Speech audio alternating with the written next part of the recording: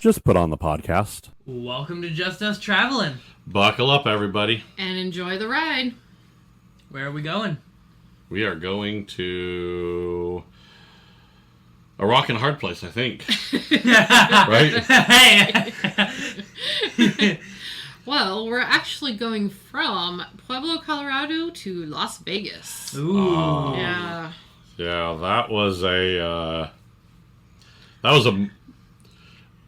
very interesting drive. Yeah, I was going to say mistake, but I enjoyed it, but it was crazy. And honestly, I think you would have liked it a lot more if we drove through Colorado during the day. Because those mountains that we did at night are like really pretty during the day. But it was really cool at night too. Yeah. So it was, yeah. There's the picture. Pictures. We left Pueblo at about 10 o'clock at night. About 10 o'clock at night. Yeah. And then we decided to drive through the mountains. At 10 o'clock at night. Yes. Why? Well, I figure it's a lot cooler. I mean... he wanted to get to Vegas by noon. I had Destination Vegas on mine. I guess. I mean... And from Pueblo to Vegas was how many hours?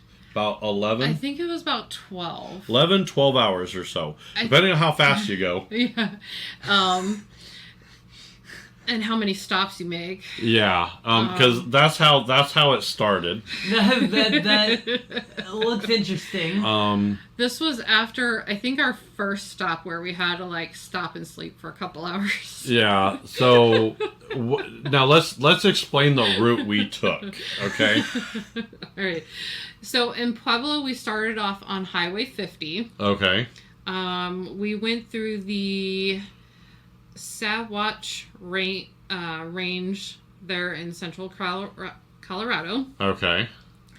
So we kind of drove up through there.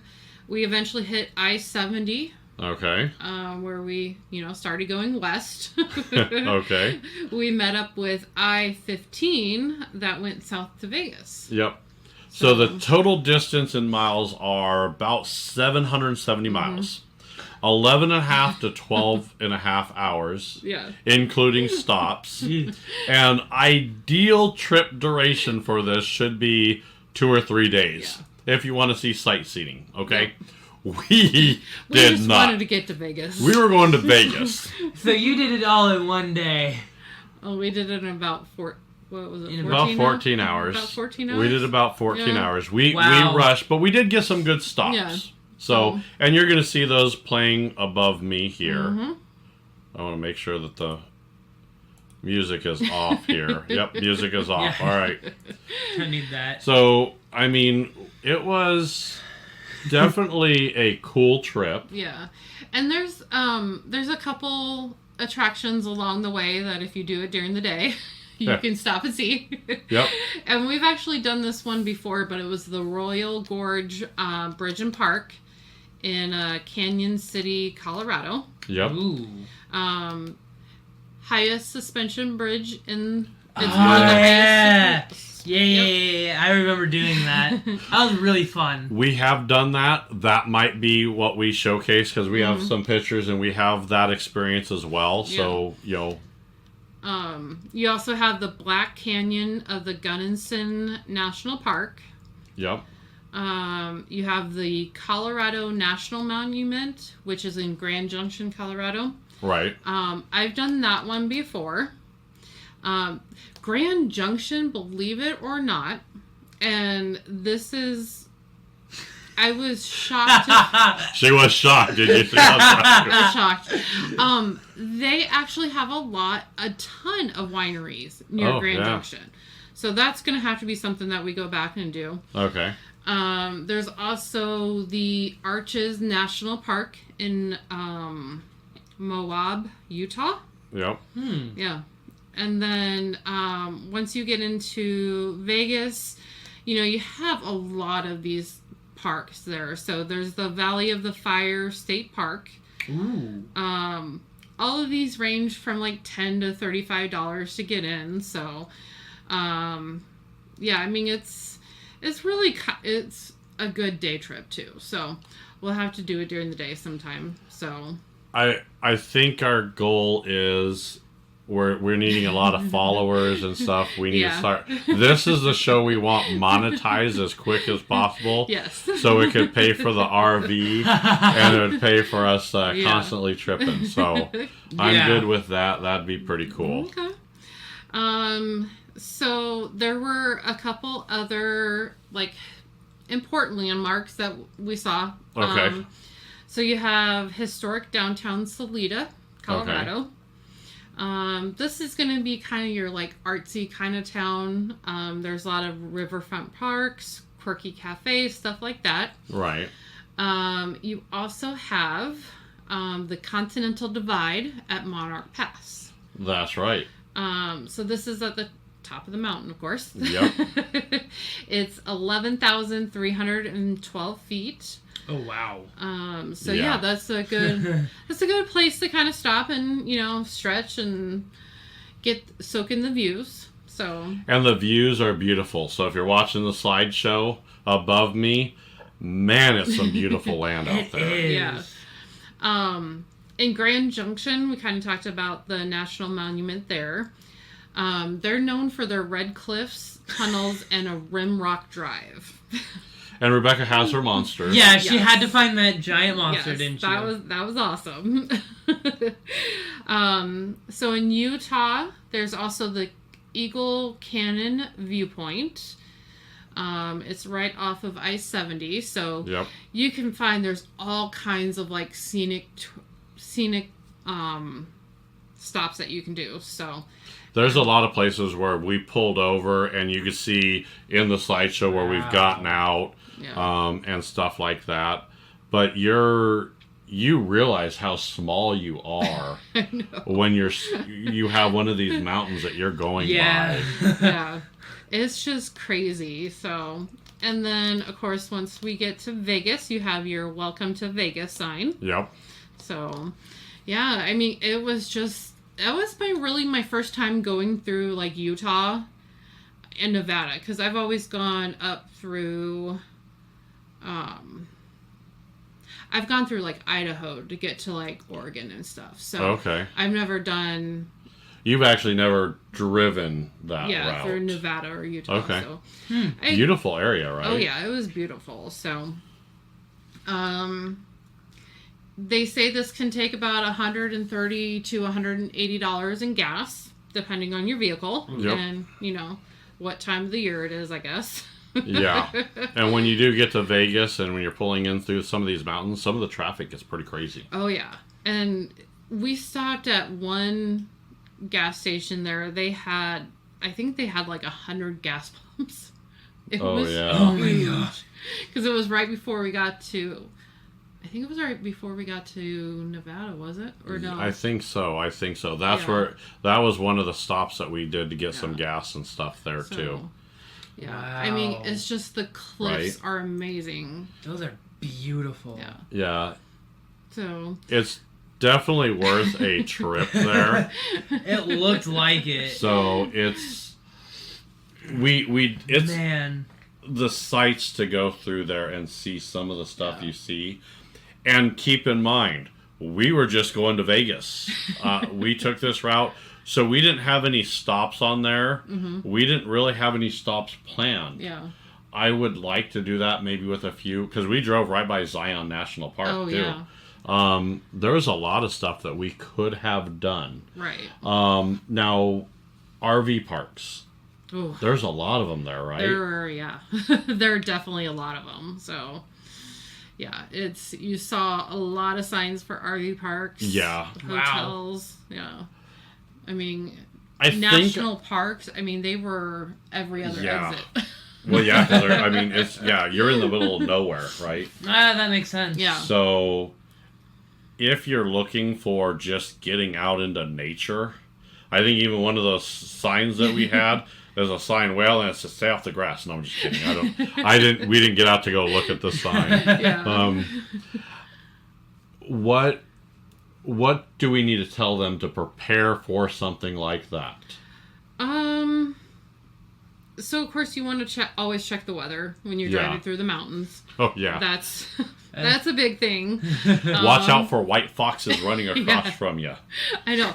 The only wildlife we see is one fox at night. Yeah, Like, that wow. ran right. That was I mean, I had to slam on the brakes to avoid hitting him. Yeah, Yikes. I was all expecting deer. I think we saw a few We deer. saw some deer, but not a lot like I was expecting. So wow. Definitely know the weather. they had a meeting. They knew you're coming through. They're like, stay off the road. We saw a couple places, where you could chain up. So, definitely if you're gonna do winter travel, make sure you have the chains. Yeah. Because that's very important. When you get a chance to gas up. Yep. Mm-hmm. Don't think that you could wait till the next gas station. That's how they get you. And we have an experience that will come up on that later. Yeah. And then also make sure because depending on when you're going, it's hot. Oh, yeah. You're in the middle of nowhere. When you see a bathroom stop, go. Yep. When you see a place to stop and grab something to drink or something to snack on, stop. Road snacks are really a good thing when you're doing this. And I don't know if anybody, I know I've kind of gotten you into this, but not too much. I have to teach you it still, but I have to teach you it still. I'm still learning, y'all. Yeah. Y'all. So there's a lot of nowadays there's a lot of those like cashback apps for like gas and stuff like that. So I didn't do so well on this part of our trip. But you got better as you went through. I got better as we were coming home. So, that's definitely something you want to try to look into if you're, good at tech savvy. And we're not sponsored by anybody, so we're just telling you what we use. No one's paying us to promote their product. But which one do you use? I use Upside. Upside, so okay. I think that's the more popular gas one. Yeah. Okay. So now Upside, send us a message. We might be able to work a deal out. Yeah. So. She's already using it. I might want to make a little money on this here. Yeah. But yeah, so you get, and especially it's good on road trips like this because they do specials and you can get more back at the end of the month or whatever. Yeah. So. Make sure that if you're going to do a trip like this, if you have a navigation system, follow it and set it up beforehand. Yeah, make sure it's set up correctly. Did you guys not use the directions? No, we did. No, we did. But what we noticed here too is there's some times where if you stop and you're in the middle of nowhere and if you didn't download your map for offline use, I would recommend doing that as well. Luckily, we knew where we were going. It's very cut and dry. Follow this one road. But when you get into more, where you're making more turns or something like that, make sure you have the audio on. Yeah. Because, somehow our, notification, sound got turned off, so we had to, So we're watching, and we're not getting the... I'm telling you right now, when you're driving, if you're driving around town and you have your navigation on, she is annoying. Oh, yeah. But when you're in the middle of nowhere, she is an angel. That's the difference here. Yep. She doesn't say much. Right.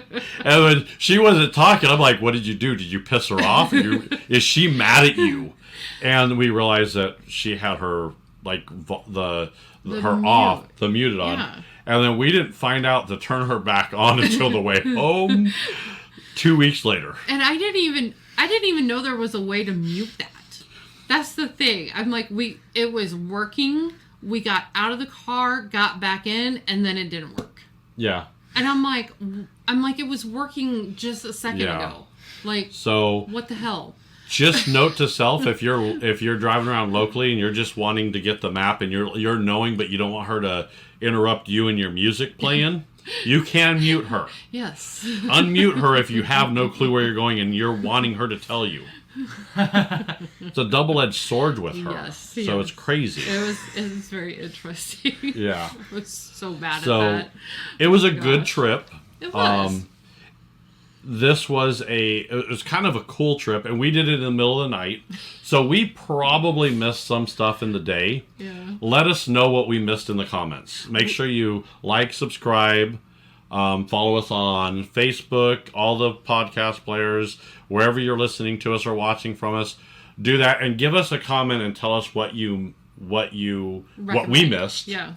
And animals. She loves animals, so pictures of animals on these trips she loves. Yes, Yeah. I do. So good road trip. It was a great road trip. So Tiring, but it was a good road trip. very tiring. Because at 2:00 in the morning we're pulling over, getting like an hour of sleep, and then a couple hours later getting another couple hours sleep, and then making it to Vegas, where you don't sleep anyway. Yeah, you don't sleep in Vegas. Yeah, so that was interesting, and we hope you enjoyed the show. All right, well, that was our road trip. Go create your own.